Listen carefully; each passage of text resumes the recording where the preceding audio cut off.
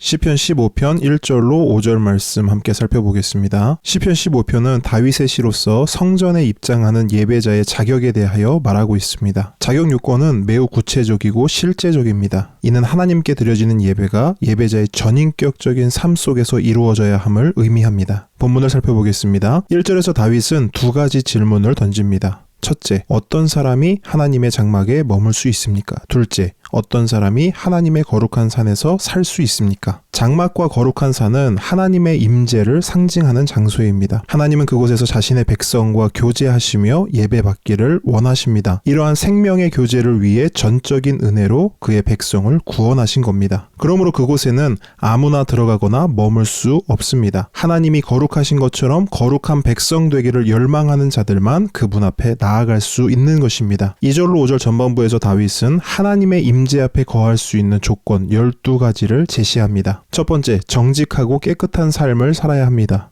두 번째, 정의를 실천해야 합니다.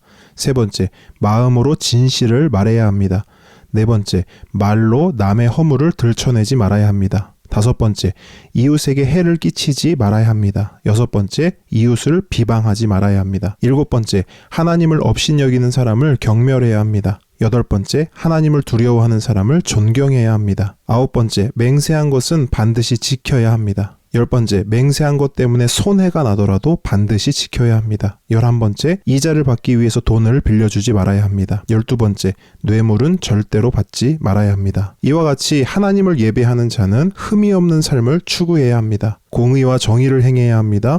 진실을 말해야 하며 이웃을 사랑으로 섬겨야 합니다.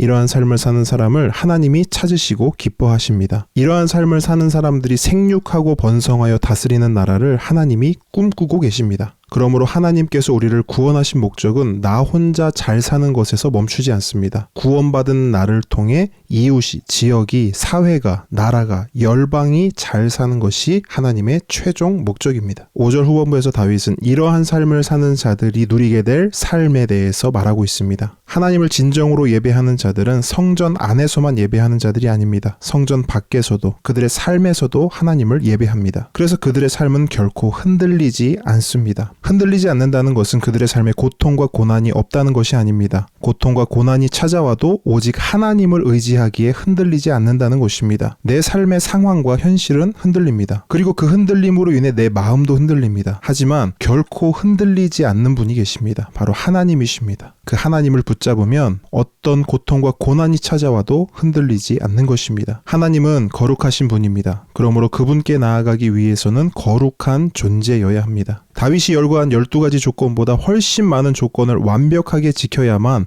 그분 앞에 나아갈 수 있는 것입니다. 그런데 여러분, 12가지 조건을 보면서 어떤 생각을 하셨나요? 아마도 저와 동일한 생각을 하셨을 겁니다. 저와 여러분은 오늘 본문에서 다윗이 제시한 12가지 조건도 제대로 지키지 못하는 그런 존재입니다. 그러면 저와 여러분은 하나님 앞에 나아갈 수 없나요? 그런 존재로 살아가야 합니까? 아닙니다. 하나님께서는 우리를 그냥 내버려 두지 않으시고 우리에게 초대장을 보내주셨습니다. 예수 그리스도의 십자가 죽음과 부활을 통해 저와 여러분도 그분 앞에 나아갈 수 있도록 해주셨습니다. 그래서 우리는 하나님의 그러한 초대를 은혜라고 부릅니다. 왜요? 나아갈 수 없는 자가, 하나님과 함께 할 수 없는 자가 하나님과 함께 할 수 있기 때문입니다. 그런데 여러분, 하나님의 초대의 목적은 우리가 하나님께 나아가 그분 옆에서 그냥 가만히 있으라고 하신 것이 아닙니다. 하나님은 저와 여러분을 거룩한 존재로 만들어가기 원하십니다. 예수 그리스도를 닮아가도록 오늘도 저와 여러분을 다루고 계십니다. 이 말씀을 기억하셔서 오늘도 예수 그리스도만 의지하는 저와 여러분 되기를 축복합니다. 오늘도 삶의 구석구석에서 예수 그리스도를 닮아가는 저와 여러분 되기를 주님의 이름으로 축복합니다.